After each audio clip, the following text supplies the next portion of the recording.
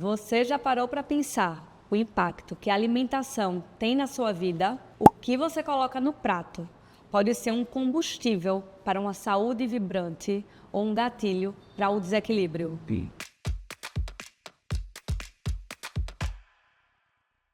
Hoje vamos explorar como escolhas conscientes na cozinha pode transformar não só o seu corpo, mas como também a sua mente e a qualidade de vida. E para falar sobre esse assunto, trouxemos hoje Renata Nascimento, da Una Associação. Bem-vinda, Rê! Oh, que alegria estar aqui, Manu. Obrigada por você ter falar vindo. desse assunto. Pois é um assunto de extrema importância. Pois é, muito importante. Até assim, para o meu trabalho também, não só para o Manocast, como Mano Tenório Culinária Saudável. Eu acho que tudo se conversa, né? Sustentabilidade, enfim, saúde, né? Bem-estar, saúde mental, saúde do corpo, né? Total. Olha, temos hoje esse suquinho de maçã da OK, que são de frutas colhidas. Você já começou tomando ali aí? Você disse que adora suco de maçã. Eu digo, pode começar. Suco de maçã de frutas colhidas diariamente da OK. Ele é um suco sem adição de açúcar, sem conservantes, sem nenhum aditivo. Eu digo que é um suco natural de verdade e 100% fruta, né? A gente sabe que, infelizmente, muitos sucos que existem no mercado não são 100% fruta. É verdade. Então, é um suco bem legal. E delicioso. Delicioso, né? Eles têm o de uva, tem água de coco, eles têm vários sabores. Você já conhecia? Adorei. Não conhecia. Esse não, eu conheci o de uva. O de uva é bem famoso, né? Eu amo de laranja também. Rê, eu queria falar um pouco sobre agricultura, sobre sustentabilidade. Como é que foi que surgiu esse movimento da Associação Una? Qual é a principal missão por trás do trabalho com pequenos agricultores e agrofloresta? Pois é. Então, eu sempre fui uma pessoa da cidade e fiz esse caminho a partir da alimentação para o campo, né? Então, muito buscando, né? Começou pela macrobiótica e quando fui para a Califórnia fazer um curso, fui buscando macrobiótica e encontrei já em 2000 um mercado de orgânicos, né? E eles enchendo muito a boca para falar que o produto era produzido localmente por pequenos agricultores, de comércio justo, sem transgênico. É impressionante como os Estados Unidos está muito à frente da gente, né? Eu lembro que, assim, com relação a tudo, porque assim, eu lembro quando eu fui abrir o restaurante em 2017, eu fui para Nova York para fazer uma pesquisa de mercado. E lá, naquela época, eles já falavam disso, né? Eu lembro que eu fui num restaurante que eu fiquei fãzaça. Eles falavam tudo, a mesa de onde vinha, quem produziu, a carne, os legumes, a cadeira, a cortina, a pintura. Ou seja, no final do cardápio, tinha como se fosse uma biografia de tudo daquele estabelecimento, de onde vinha, de onde é que estava vindo aquilo que você estava vendo, que você estava achando bonito, aquelas plantas, quem colheu, quem plantou. Incrível. Sabe? É incrível, né? Foi aí também que eu comecei lá no Mano Tenório a colocar os ingredientes eu acho que eu fui pioneira, assim, de colocar todos os ingredientes do prato. Você sempre fez isso. Porque eu acho que isso traz transparência para o que eu vendo, né? Não. Mas, assim, isso veio essa inspiração lá de Nova York, que eu vi que tem a ver de a gente saber de onde é aquela coisa, de onde é aquele insumo que a gente está consumindo, né? O quanto isso é importante. Eu acho importante essa prática até para as pessoas se ligarem, Sim. né? Passarem a ter essa curiosidade até, Exatamente. porque a gente está tão, distante, né? Dessa origem, que a gente esquece até de pensar nela, assim, vai no automático, né? Não, até assim, o arroz, de onde a gente compra aquele arroz, mas de onde é? Como é que foi produzido, né? Exato. Sei lá, um feijão, tem tanto feijão de feirinhas, né? Foi meio esse caminho que eu fiz, né? Quando fui fundar o Tulase, eu fui logo buscando esses agricultores, porque a intenção sempre foi essa, né? E aí o Tulase terminou consumindo muito meu tempo e eu falei, não, peraí, para e vamos focar no que eu queria fazer sempre, que eu achava tão importante. Antes de começar o podcast hoje, eu disse aqui aos meninos, eu disse, olha, ela tem um restaurante de culinária saudável, mas ela sempre foi muito boa nesse trabalho, que depois veio a associação, né? Então, eu acho que isso tem tudo a ver. Eu acho que a gente também tem que estar aberto a gente identificar, né? Assim, o que é se encontrar. Né? Entender as motivações reais, né? Às vezes a gente termina se distanciando. E aí, com a fundação da UNA, eu estou conseguindo trazer mais famílias para perto, aprofundar esse trabalho que começou lá, né?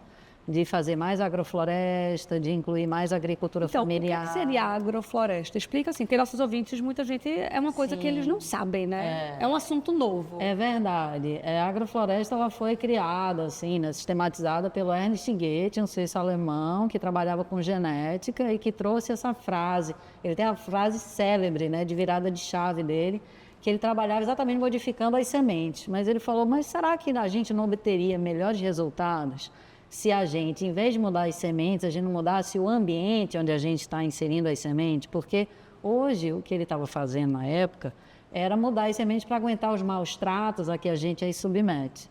Então, na verdade, a gente, que é uma agricultura muito industrial, né, que é a agricultura hegemônica, né, tem até uma história que, assim, a carta de Pero Vaz de Caminha, quando chega no Brasil, para colonizar o Brasil, assim, né? Chegando no Brasil, achando até que era a Índia, mas aí...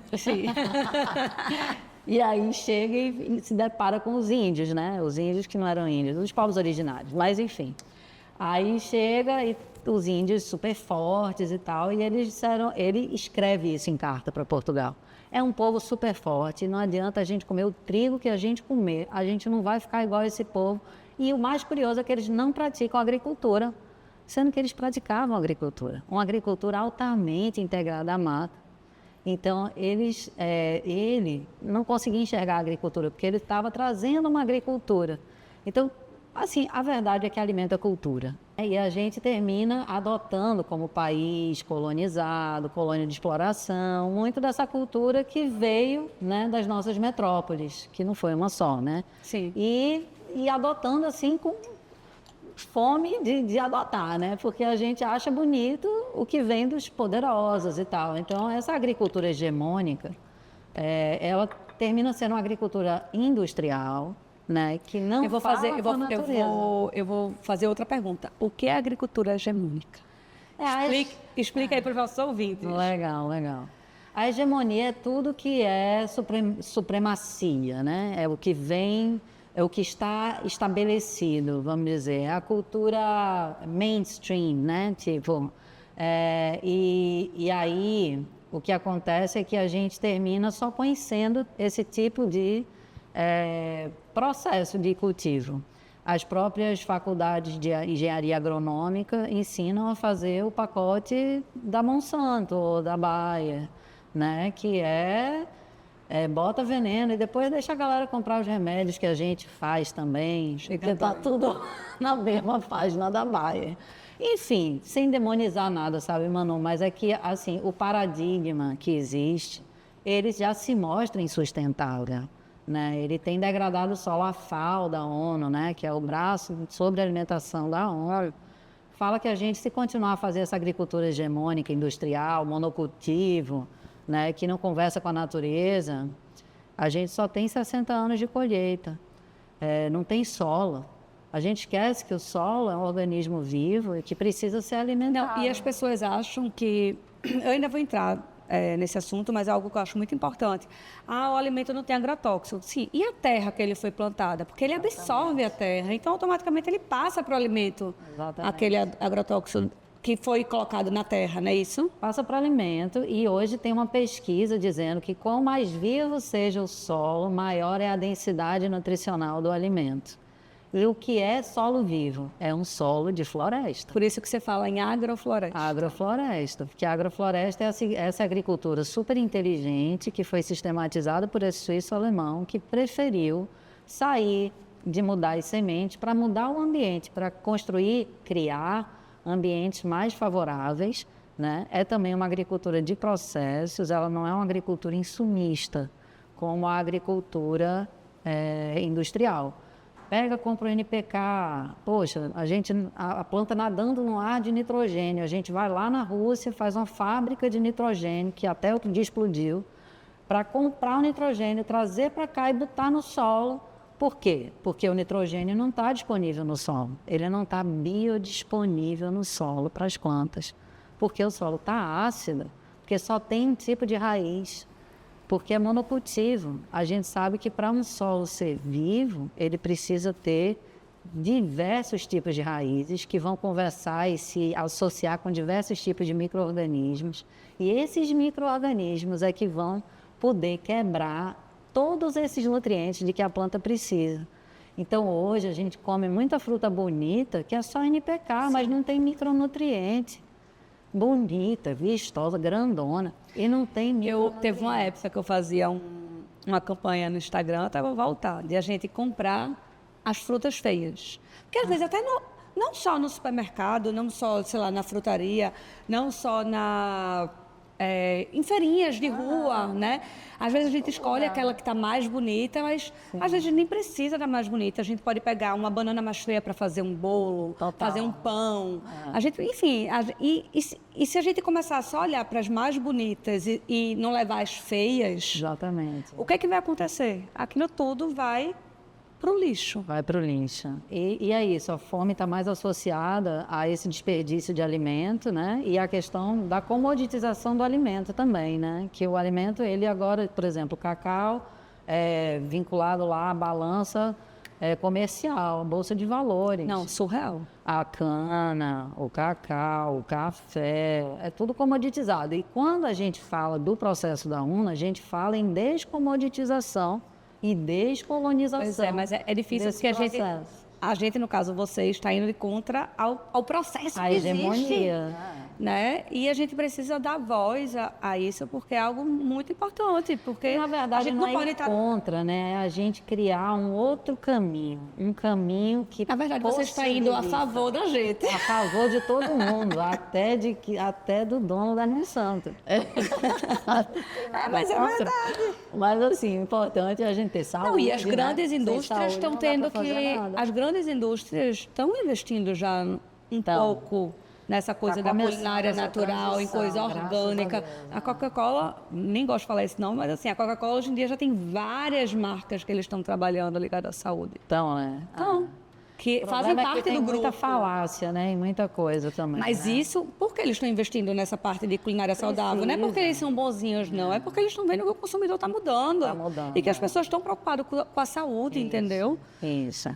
Fundos biodiversos, ensinar a fazer isso, biodiversidade, agrofloresta, agricultura regenerativa, cobrindo o solo, retendo carbono no solo, porque o carbono que a gente tem enviado para a atmosfera, seja por meio das queimadas, seja por meio de todas as atividades econômicas que, né, tem muito o combustível fóssil, né, o petróleo, e aí tudo depende de logística com petróleo, né, principalmente no Brasil, né, que a gente não tem linha ferroviária nem nada, então é tudo caminhão. E aí a agricultura regenerativa, o que ela faz? Ela retém o carbono no solo. E aí esse carbono retido, que é essencial para a vida no solo, ajuda no aquecimento global. Também plantar árvores, que planta água, né? Você planta água. E aí vem a agrofloresta, né? Junto. Ô, Rê, eu queria que tu falasse um pouco mais sobre a agrofloresta, né? Os principais benefícios desse modelo. O que é que você poderia nos falar? Pois é, você já falou, né, algumas coisas, mas assim, acho que você pode falar mais, porque eu acho que é super interessante e importante, né? Então, a agrofloresta é muito boa para a agricultura familiar, porque o agricultor ele consegue aproveitar 600% do solo dele, 700%, dependendo do consórcio que ele fizer, porque ela tem uma coisa que ela considera o tempo de cada cultura também, nos arranjos, né, nos consórcios. Então, por exemplo, se você plantaria um alface a cada 20 centímetros, outro alface, você entre um alface e outro, você consegue botar uma rúcula, por exemplo, que sai com 25 dias. E você ali já não tem mais aqueles 20 centímetros perdidos, você já botou uma rúcula no meio. E você vai adicionando biodiversidade e aproveitando o solo. Então, quando a rúcula sai, o alface vem e ocupa o seu lugar. Assim é com todo o sistema, e você trabalha extratos e tempo. E assim você aproveita melhor o solo, e o agricultor começa a colher com 25 dias e sai colhendo, porque aí ele não precisa esperar tanto tempo, sabe, Manu? Porque um dos problemas da agricultura familiar, que é acesso a mercado também, mas é a necessidade de fazer dinheiro, né, com aquilo que planta, né?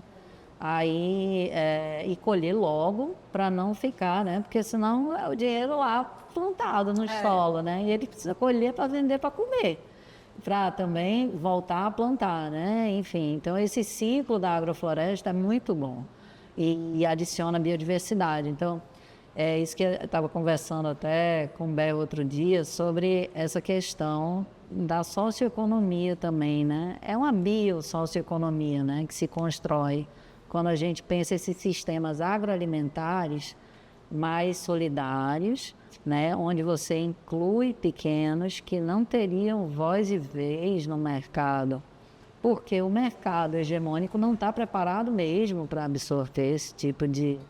para dialogar com esse tipo de atividade, entendeu? Pois é, e é uma forma também, né, importante das pessoas poderem começar, né, surgir novos negócios, novos pequenos agricultores, Isso. né, e a gente poder dar novas oportunidades de inspirar mais pessoas, inspirar mais pessoas e adotar e assim inserir nesse modelo, né? É verdade. Existe uma relação direta entre as práticas agrícolas convencionais, vamos falar assim, e o aumento das emissões de gases de efeito estufa? Demais, demais. Porque, primeiro, só o adubo nitrogenado, né, o NPK, já um dos gases que a gente mais emite também é o nitrogênio, né? O óxido de carbono, o nitrogênio. E isso porque são gases de efeito estufa, não é só o carbono, né? E a agricultura convencional, ela não consegue reter tanto carbono, né? Porque degrada muito o solo, queima também, né? E aí, nesse caso, além de não reter, ela também emite com a coisa dos adubos sintéticos, né? Pois é. E como é que a agricultura orgânica e de pequena escala pode ajudar aí a mitigar esse impacto? A gente, na verdade, fala em vez de mitigar, a gente fala em criar um novo paradigma, que é de produzir junto com a natureza, produzir com a inteligência da natureza, que detém a máxima tecnologia, a verdade é essa, e que a gente, por meio da agrofloresta, por meio do que o Ernest conseguiu sistematizar, né? Que já existia, né? Eram conhecimentos dos povos originários, né? De pessoas, assim, organizações sociais que já faziam, né? Que já tinham essa prática. Eram civilizações muito inteligentes, sendo que a gente achou que não eram civilizadas. E essa sistematização do Ernest permite uma conexão com aquilo que a gente perdeu, que é essa leitura da natureza mesmo, do tecnê da natureza, que tem uma tecnologia muito incrível, né? E a gente, por ignorar, termina querendo oprimir, dizer como é que faz, sendo que a gente erra, né?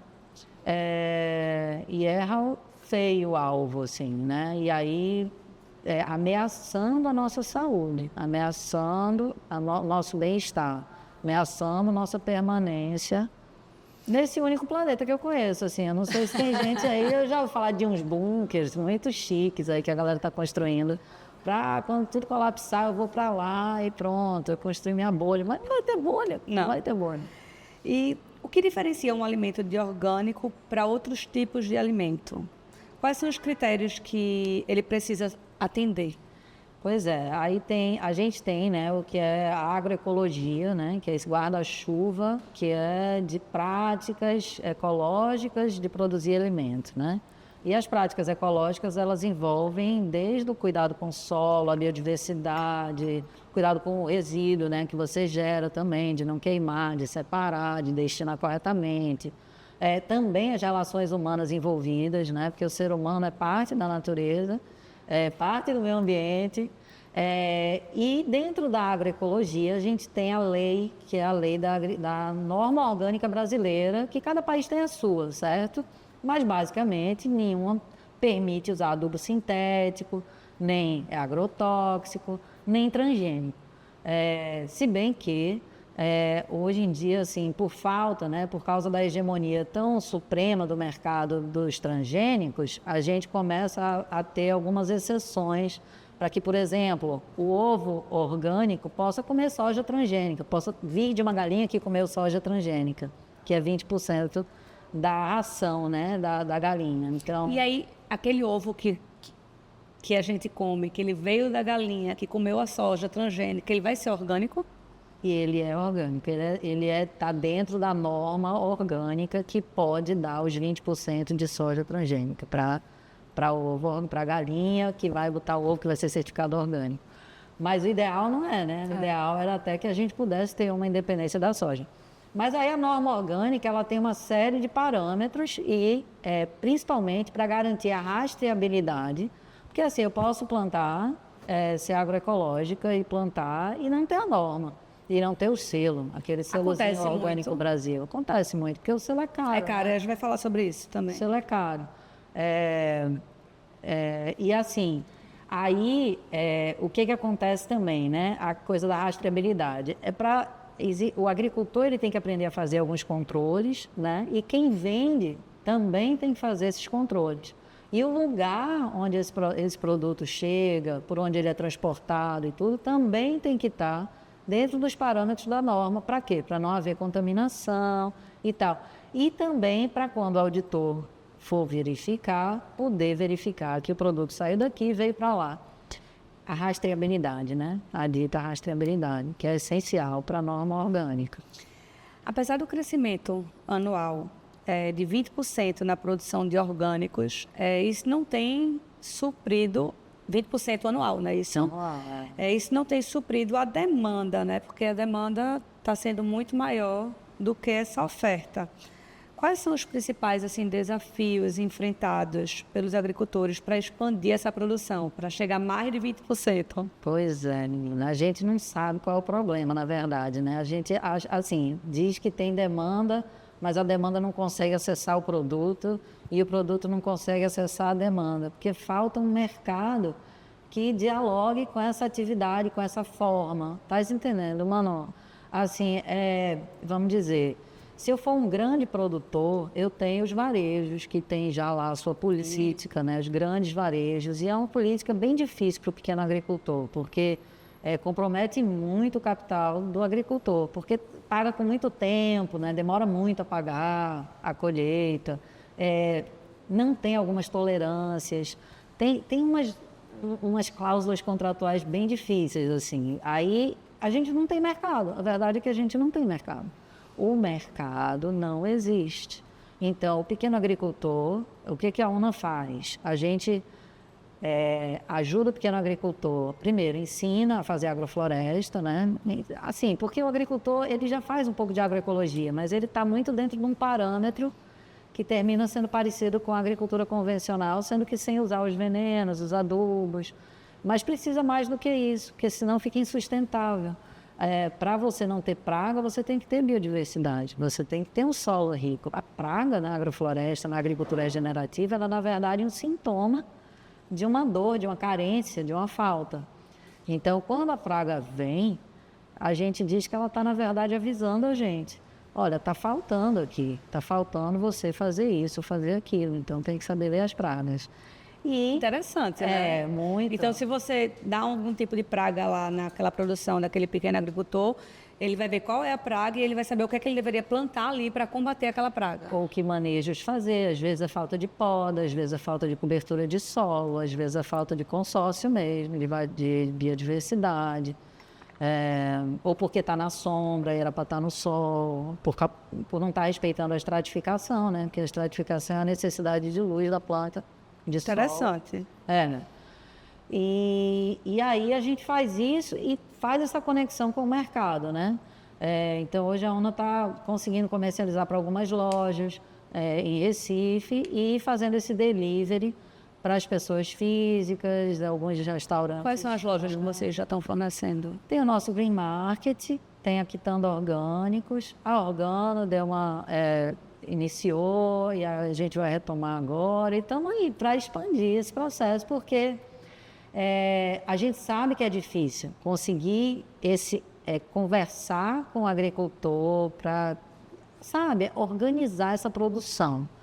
é difícil. E aí, assim, são muito pequenos agricultores que têm uma diversidade grande de produtos. E você tem que ter o cuidado de padronizar uma diversidade enorme. E cuidar desse produto e fazer chegar, emitir nota, tudo aquilo, né? Sim. Toda a parte burocracia, burocrática. contabilidade e tudo mais, enxames. Ô, Rei, e quais são os benefícios mais significativos da alimentação orgânica para a nossa saúde? Pois é, Manu. Assim, eu sei que tem muita...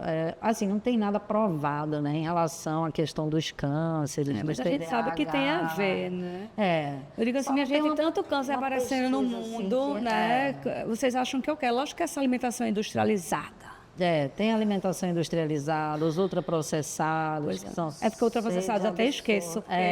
Não, já, né, esse aí já é etapa vencida, né, mas assim, tem muitos cientistas que falam, e a própria Monsanto já perdeu, né, num tribunal lá na Califórnia e no Canadá, por um linfoma non-Hodgkin que foi comprovadamente vinculado ao glifosato. Um agricultor que aplicava glifosato, que é um herbicida. E é o segundo, assim, o Brasil é o segundo maior consumidor de glifosato, por causa dos cultivos de soja transgênica, milho transgênico, que na verdade não é comida para a gente, é comida para os bichos que a gente come. E o povo ainda faz em casa pipoca, em casa com esse milho transgênico, né? Detalhe.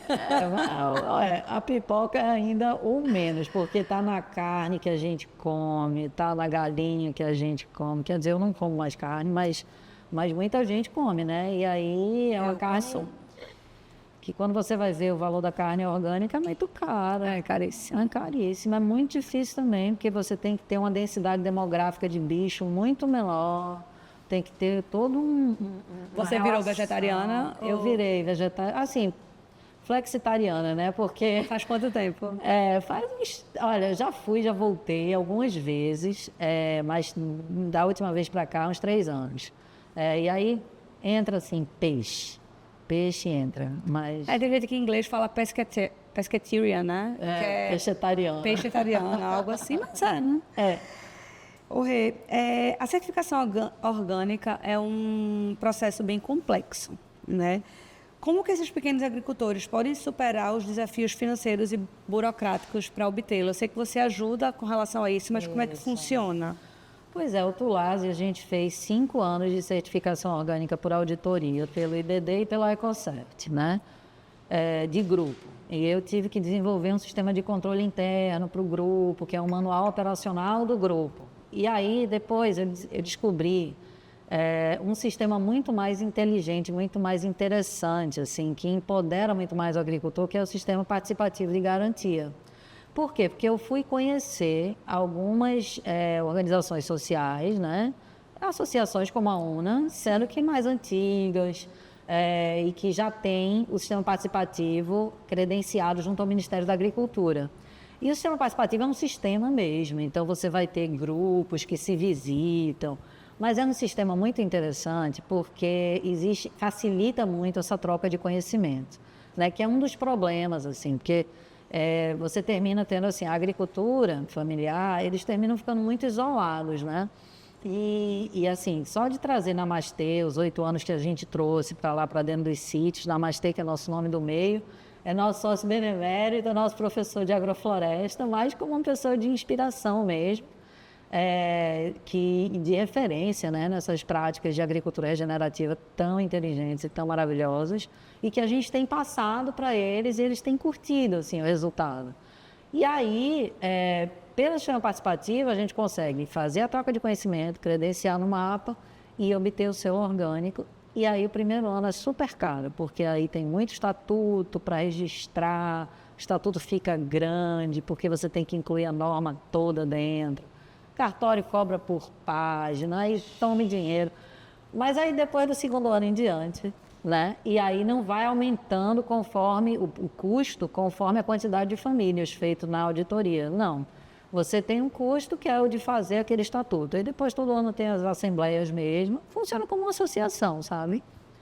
mas com essa dinâmica das visitas e, por ser um sistema participativo, o consumidor final pode participar também e legitima esse sistema. Então, todos os mutirões que a gente faz, que aí as visitas de pares, que é uma das visitas que assim, acontecem, são bimensais, reuniões bimensais, ela é mais intenso o processo do que se fosse uma auditoria anual, entendeu? Entendi. E ela acumula conhecimento.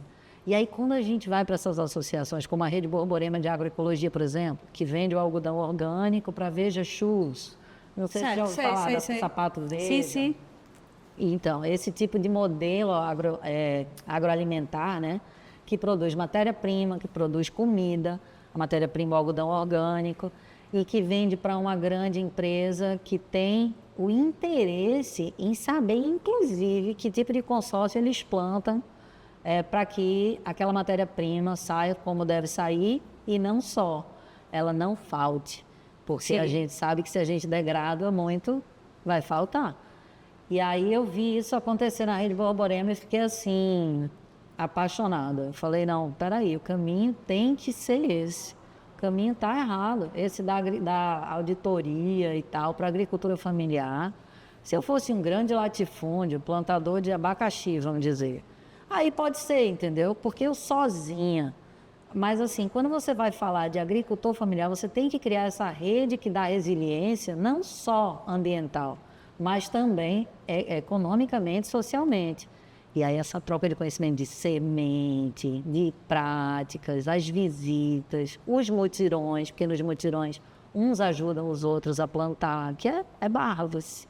Seu Alonso mesmo está lá sofrendo porque colocaram fogo no redor do sítio dele. Ele só tem 2,5 hectares. Ele disse que a água dele reduziu. As 3 cabeças de gado que ele tem, 4 que ele tem, estão sem comida, porque acabaram com o pasto que era em torno do sítio. Assim, ele está...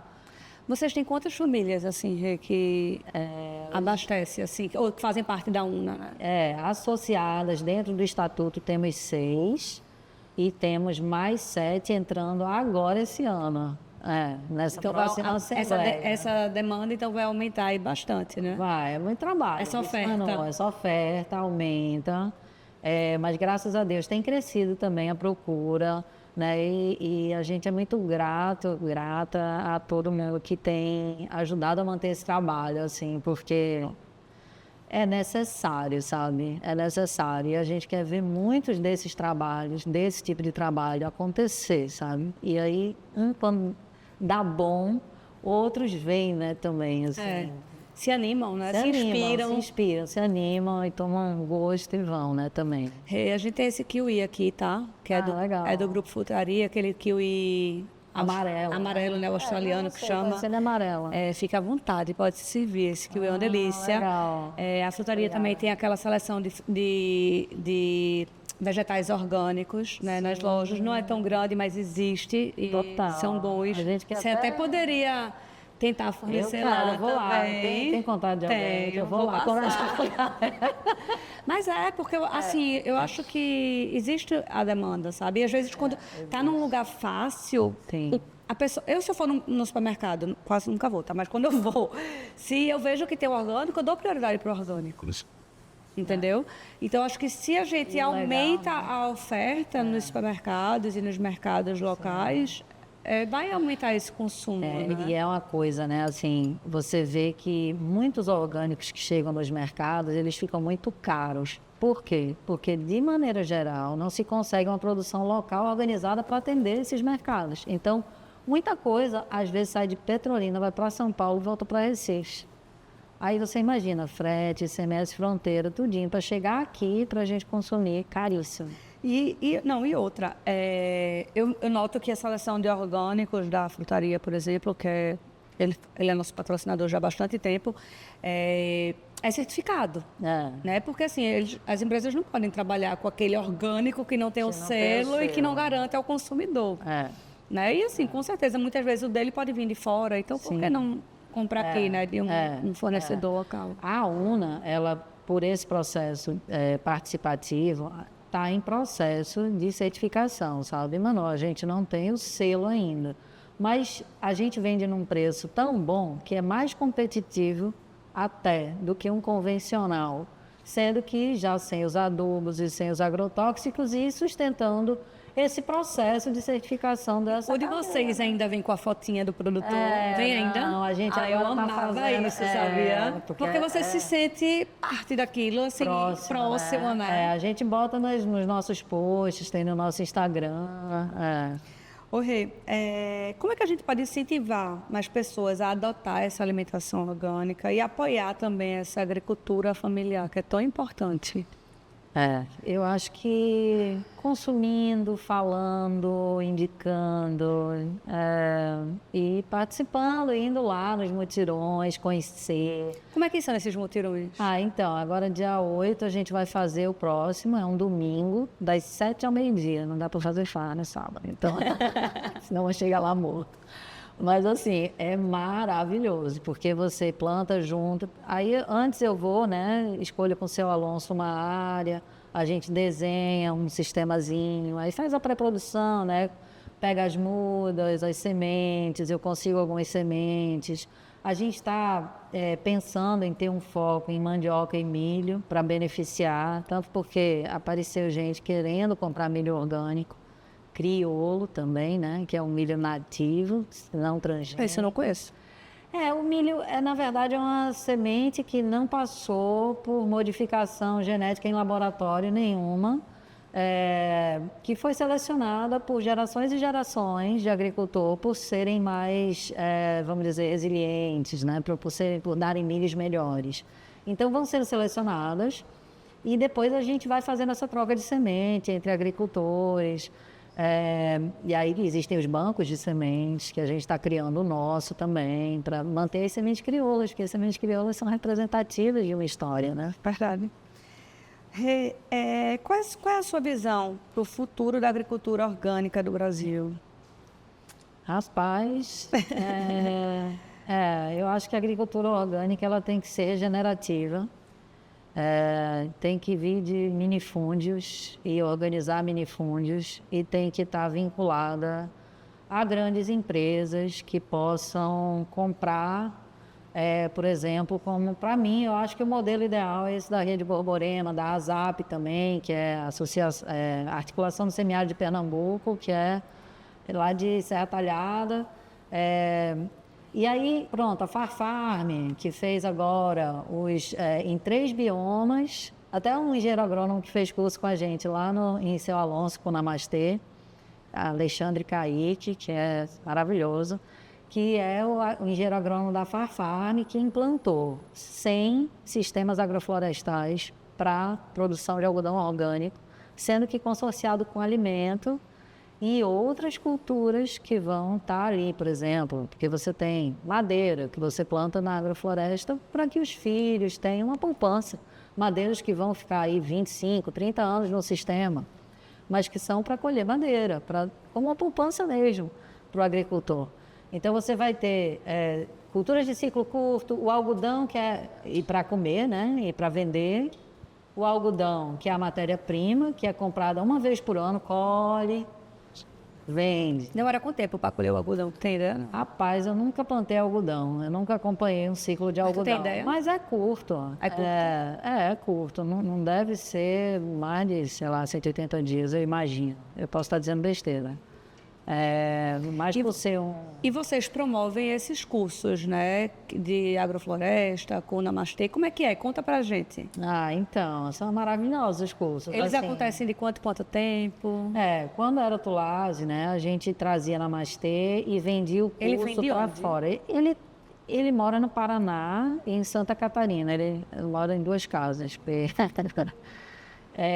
Mas roda o mundo e tem ido muito para o México. O México tem levado muito Namastê lá, mas já foi na África, Portugal, França. E como é que são esses cursos?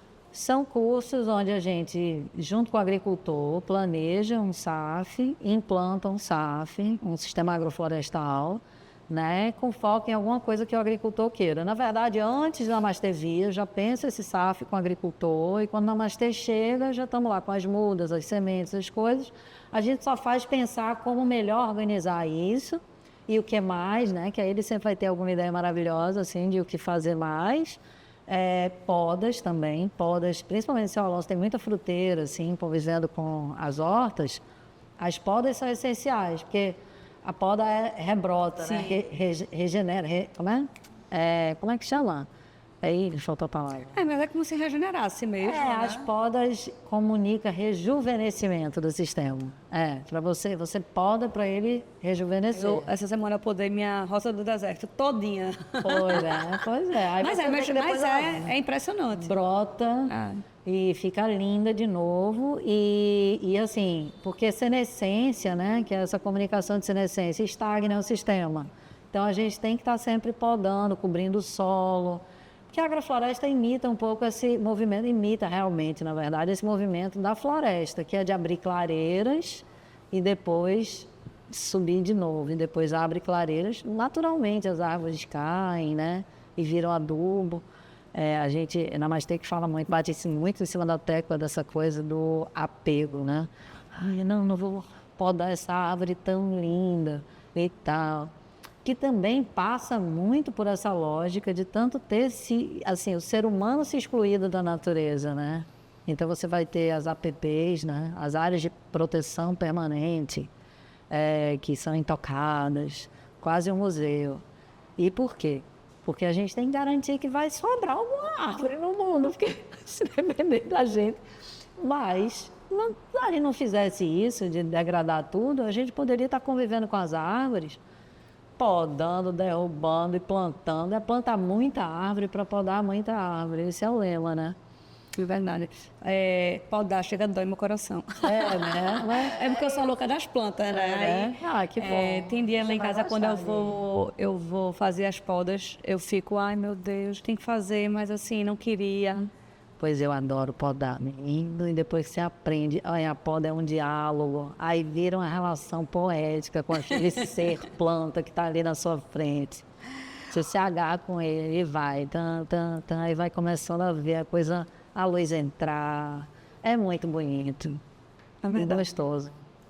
Rê, tu pode compartilhar alguma história assim, inspiradora de agricultores que, através da UNA, transformou suas práticas, alcançaram maior sustentabilidade, que transformaram a vida deles? Total. O próprio seu Alonso, né? Seu Alonso que está com a gente há 8 anos, né? Desde lá, o primeiro agricultor que entrou no Tulase, junto com o primeiro grupo, e está com a gente sem parar, assim.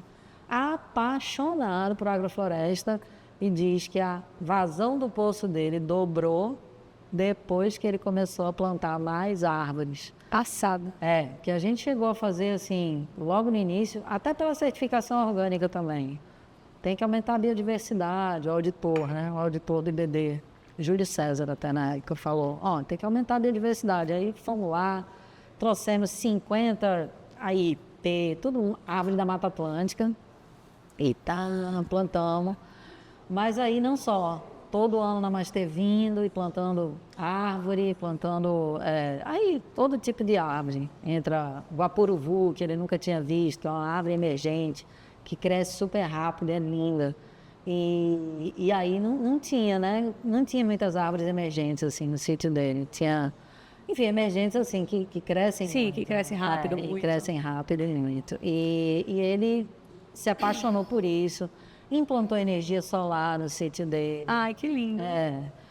Assim, né, a gente vê que o agricultor ele se sente mais seguro de ter essa compra garantida semanal. Não é bem uma compra, né? Na verdade, né, a gente, represa, demanda para poder pegar, galera, a gente conseguiu falar com X pessoas querem, né, ou lojas querem tanto desses produtos, mas isso porque, claro, a gente já acompanha a produção de cada um e eles também se comunicam para a gente, essa semana vamos ter, né? Então, funciona mais ou menos assim. E eles sentem essa segurança, sabe, Manu? E aí dá mais esperança, mais vontade de investir. Agora mesmo, um dos associados que está se associando convidou para fazer parte gratuitamente de um curso de agrofloresta que vai ter com outro agroflorestor em Ipojuca. Convidou gratuitamente os associados. coisa da associação, ela dá muito essa segurança, sabe? Dá muita união, né? Pelo que Dá eu tô muita vendo. união, muita troca E de assim, acho que compartilhar conhecimento, né, também. Exato. Que é tão importante. Que é isso, a gente às vezes se apega muito a muita coisa por pura resistência, né? Por medo. Por medo de deixar entrar outro conhecimento e dizer, não é bem assim. Mas quando a gente tem essa segurança, a gente se permite baixar essa guarda e aprender mais, sabe? É muito legal. Verdade. Quais são os maiores benefícios para os pequenos agricultores e consumidores a aderirem a essa prática? O comércio justo é uma prática que apenas respeita o agricultor e dialoga. Dialoga e assim, tipo, eu não chego com nada pronto. Entendeu? Esse tipo, a gente dialoga com o agricultor diz como é que fica bom para ele. A gente fala como é que fica bom para a gente. E a gente chega no melhor denominador comum, que fique melhor para todo mundo. Basicamente é isso. Então, hoje a gente pega com o agricultor, paga em até 8 dias, né, da semana da colheita. E para que ele possa, né, se remunerar logo. Remunera bem. Exatamente, para ele poder continuar trabalhando no que ele trabalha, e estimulado, né, e se pagando, né, e reconhecendo cada um, né, reconhecendo cada parte do processo, porque o que muito acontece, e aí é isso que acontece também, né, que favorece essa distância, esse distanciamento e essa ignorância em que a gente meio que vive, dá origem daquilo que a gente come. Né? Porque quem só termina aparecendo é o que está ali naquela gôndola, naquele estabelecimento. Então, é a marca do estabelecimento, é o que está naquela gôndola e você perde a conexão. Então, a gente precisa mostrar quem está por trás, como é feito, porque isso é um processo educativo. Você sabe, né, que você, para fazer melhores escolhas, você tem que conhecer, saber, estudar. A alimentação é a mesma coisa. A gente devia ter isso na escola, né? Criança ainda. É verdade. Da mesma forma que estão ensinando aí os meninos a separar resíduo, deveria ensinar aí um pouco sobre isso, né? Porque eu tive uma experiência tão linda com a escola Conviver. Foi Tão linda, Manu. Assim, meus filhos estudaram lá, né? Mas agora com a UNA, as crianças da 4ª série foram até Seu Alonso. Depois a gente fez uma feirinha com as crianças. Depois a gente deu aula de horta e hoje alguns pais estão pedindo para a UNA deixar lá na escola, a escola também compra. E as crianças, mano, comem assim com farinha o que você dá. Não, e outro, eles fazem parte daquilo, né? Eles se sentem pertencentes. Muito curiosos e ficam assim, olha, quando eu falei... porque a semente transgênica. Aí o que é transgênico? Já fica assim, né? Aí eu digo, você não sabe não, né? Tem transgênico, tem crioulo, né? Já viu naquele salgadinho Alma Chips, aquele tezinho? Que querem tirar? Querem tirar ainda, deixar a gente mais ignorante. Eles ficam assim, olha, e cobrir o solo. Aí eu soube de um dos pais que está pedindo a cesta da UNA, que a filha, que estuda lá na 4ª série, no sítio deles, na fazenda, quer cobrir o solo, dizendo como é que faz, dizendo tudo. Não é menina, eu fico muito emocionada com o negócio. Com certeza. Você está conseguindo aí plantar uma sementinha aí nas crianças, né, Manu? Que é o nosso futuro. Que são o futuro. O que é que te motiva a continuar nesse trabalho? E quais são as suas maiores esperanças para o movimento agroecológico do Brasil? Poxa, o que me motiva é essa paixão incontrolável, assim, eu tenho muita esperança nesse sistema, né, sabe? Estou até fazendo uma pós agora em Sistema Agroalimentar Sustentável, Gestão de Sistema Agroalimentar Sustentável, uma pós italiana, vinculada à ONU, e é apaixonante ver como o mundo inteiro está falando de agricultura regenerativa, do ciclo da água, dessa coisa, de toda a sustentabilidade, como a UNA está falando a mesma coisa que o mundo todo está falando. É um discurso só, sabe? Em todo o mundo. E assim, eu acho que é uma tendência que a gente precisa correr para botar ela para funcionar, para realizar. E quanto mais pessoas estiverem fazendo isso, melhor. Então, eu me sinto muito caminho, assim, de espalhar essa ideia, de espalhar esse sentimento, e tentar inspirar algumas pessoas e unir pessoas em torno desse propósito também, por meio da UNA.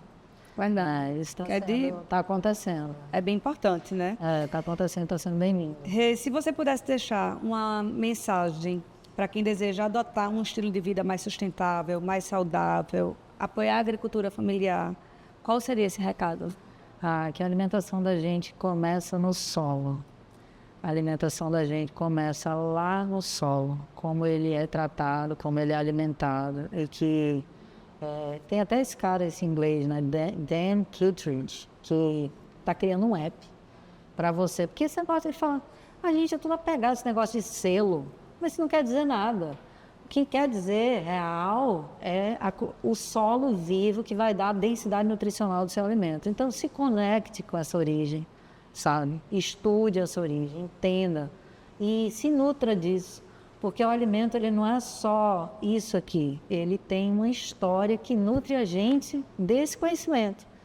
E ele fica mais gostoso, mais sensacional. Quando você come, você Até mais bonito, né? Não? É, E quando você se alimenta, você se sente nutrido. Então, você se sente nutrido dessa história e nutrindo essa história. É massa, é muito bom. Como as pessoas podem acompanhar seu trabalho da associação, redes sociais, saber de cursos, iniciativas? Fala aí tuas redes.